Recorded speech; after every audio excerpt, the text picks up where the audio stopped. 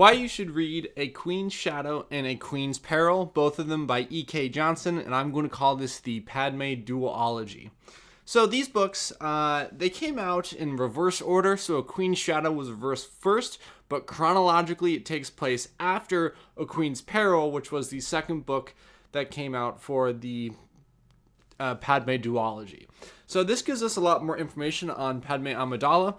I'm going to go through Queen's Peril first, and then I'll do A Queen's Shadow. So A Queen's Peril gives us a great amount of detail about what Padme's early life as a queen was. At the age of 16, she takes office, which I actually didn't know that she took the office so young.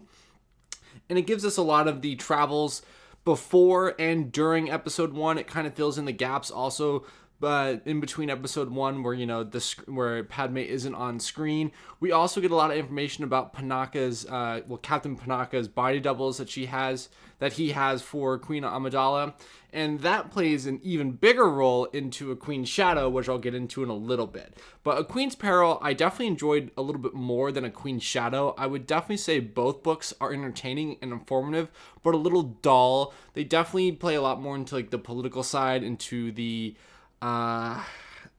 administration side of Star Wars, not necessarily so much the action side. In fact, both of these books are kind of null and void of action, which I definitely enjoy, and it's definitely refreshing to be like, yes, Star Wars without lightsabers. I enjoy this a lot, but that also takes a hit from the action side of Star Wars, and sometimes a little bit from the plot as well. But A Queen's Peril, like I said, it goes through what Padme's life was before she was queen, and then immediately when she takes queen, and then when the Trade Federation invades Naboo. That's kind of what A Queen's Peril goes through. It also goes through the relationship that she has with the Gungans, which also again plays in episode 1, and it also gives us very small information about all the other characters in episode 1 as well.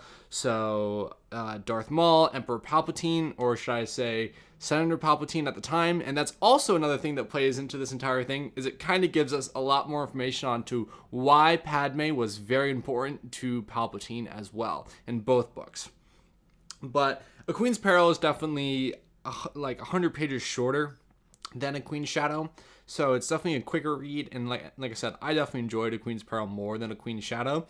And moving on to A Queen's Shadow, so what makes Panaka's body doubles a lot more interesting in A Queen's Shadow is that obviously at the start of episode 2, it starts out with Padme's political assassinations, and this kind of goes into the whole thing of why do we have body doubles for Padme. Padme needs to be kept safe, so Panaka has the body doubles, which gets to start in A Queen's Peril. And these books are also about Padme's relationships with all of her body doubles.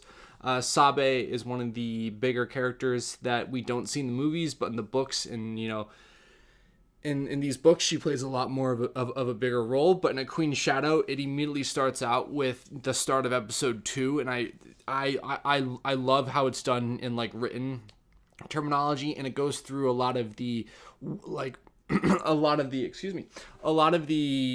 politics happening in the world and the issues of Star Wars, especially after the Trade Federation invasion of Naboo, and how the galaxy is changing, especially with the looming Clone Wars coming up. And we know this as readers, that this leads into the Clone Wars and kind of how this is all going together.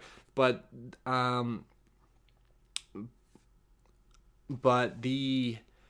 book A Queen's Shadow gets us a lot more into that. It also fills in the gaps of why she has a relationship with Senator Rush Clovis, which is chronicled a little bit in some Clone Wars episodes, and when Anakin gets jealous of Clovis because Padme had a previous relationship with him. It gives us some of that stuff, and also gives us more about what Clovis was actually doing for all of this stuff, what he was doing behind the scenes as well. But again, I think these two books, the Padme Duology by E.K. Johnson, they are just really, really interesting, getting into the minutia of Star Wars. Like I said, it plays into the body doubles that Padme has. It plays into the politics of Star Wars and the Galactic Senate. It plays into the looming Clone Wars, and it plays into why Palpatine needed Padme in many ways to ascend to his power, which is also kind of documented in the movies as well.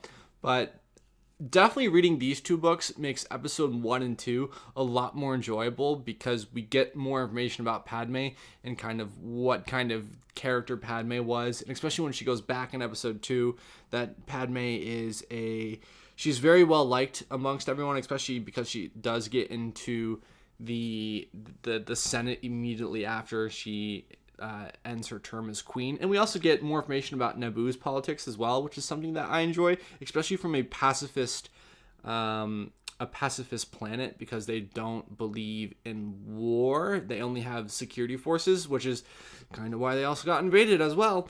But these two books I would definitely say are a really good entry point, and they're about Padmé Amidala, and just a character that isn't explored much in the Star Wars movies, because she is a secondary character to the Skywalker 9 movies, more or less. And these books definitely fill in the gaps about who Padme was and why this character is a lot more interesting. And also, like I said, the people around her makes it a lot more interesting as well, because they are in the movies briefly, but hardly ever mentioned or hardly had screen time. But these fill in the gaps.